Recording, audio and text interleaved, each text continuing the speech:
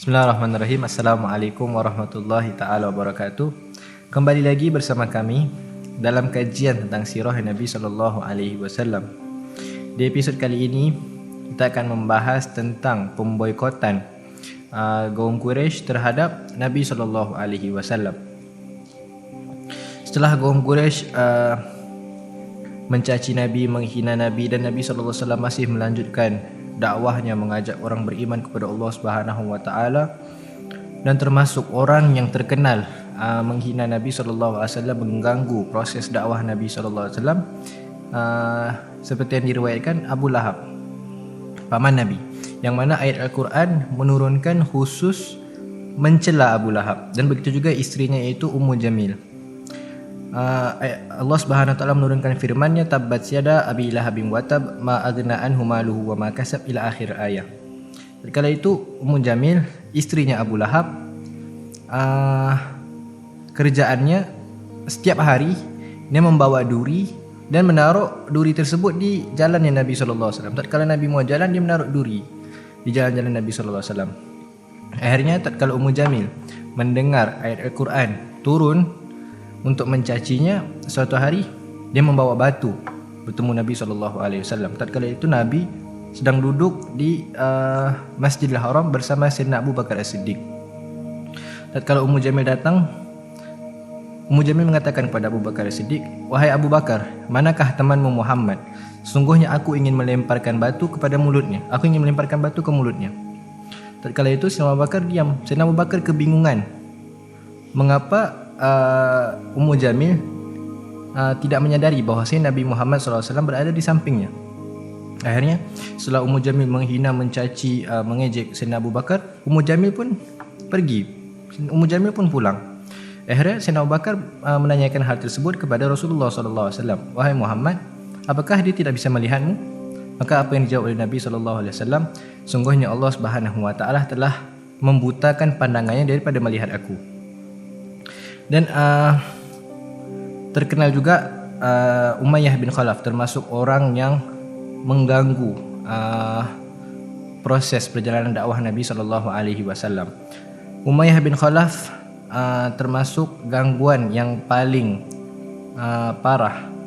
Dia mengejek Nabi, menghina Nabi, mencela Nabi, sampai ayat Al-Quran turun untuk mencacinya. Allah Subhanahu wa taala berfirman, "Wailul likulli humazatil lumazah alladzi jama'a malan wa addada", ila akhir ayat.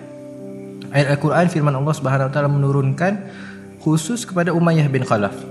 Akhirnya setelah lama Nabi sallallahu alaihi wasallam melakukan dakwah, kaum Quraisy pun kebingungan. Akhirnya mereka memutuskan untuk memboikot Bani Hashim dan Bani Muttalib, iaitu kabilah Nabi SAW, semua keluarga Nabi SAW.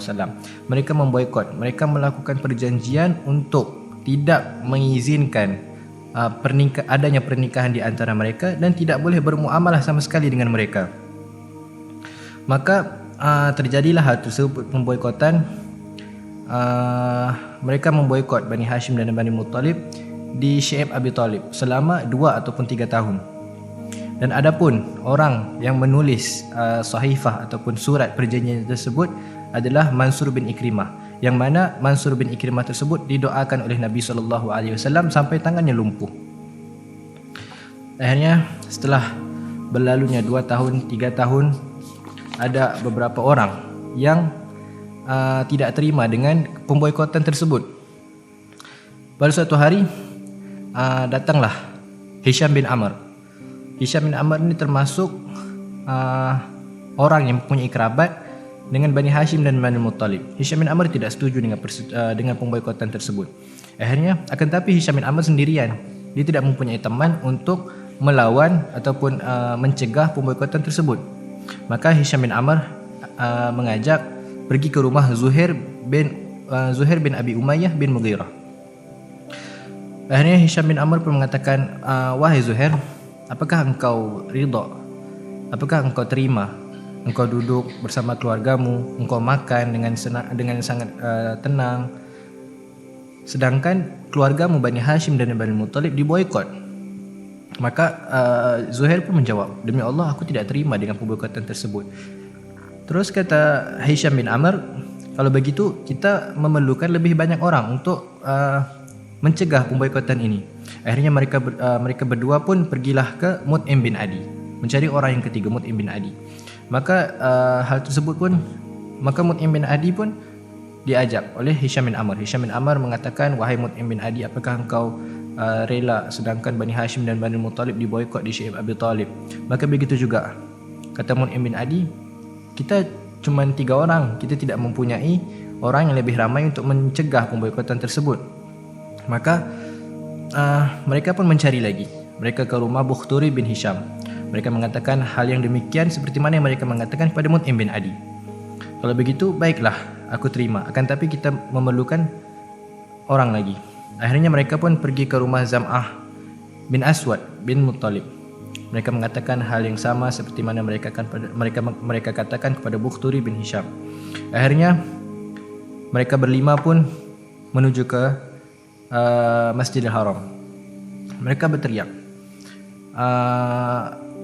Tatkala itu Hisham bin Amr pun berteriak, ya ma'syara Quraisy, apakah kalian ridha sedangkan kalian berada di rumah kalian, kalian memakaikan pakaian, kalian makan dengan sangat tenang, sedangkan Bani Hashim dan Bani Muttalib diboikot selama 3 tahun di Syekh Abi Talib.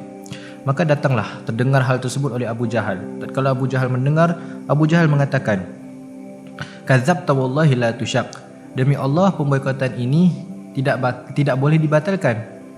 Maka berdirilah Zam'ah bin Aswad mengatakan, demi Allah engkau lebih bohong, kami tidak terima dengan pemboikotan ini. Karena di situ ada keluarga kami, Bani Hashim dan Bani Muttalib. Kami tidak terima dengan keputusanmu. Maka kata Abu Jahal, kalau begitu perkara ini tidak boleh dibicarakan dalam keadaan seperti ini. Kita harus membicarakan di tempat yang sesuai. Maka dari situ tatkala Mut'im bin Adi menuju ke Masjidil Haram, membuka pintu Kaabah, melihat ternyata sahifah tersebut ataupun surat perjanjian tersebut telah dimakan oleh anai-anai, kecuali nama Allah Subhanahu wa taala. Maka dari situlah terjadi naqdus sahifah ataupun pembatalan surat perjanjian ke atas boikot Nabi besar Muhammad sallallahu alaihi wasallam. Mungkin ini saja yang bisa saya sampaikan. Semoga bermanfaat. Hadza wal afu minkum. Assalamualaikum warahmatullahi taala wabarakatuh.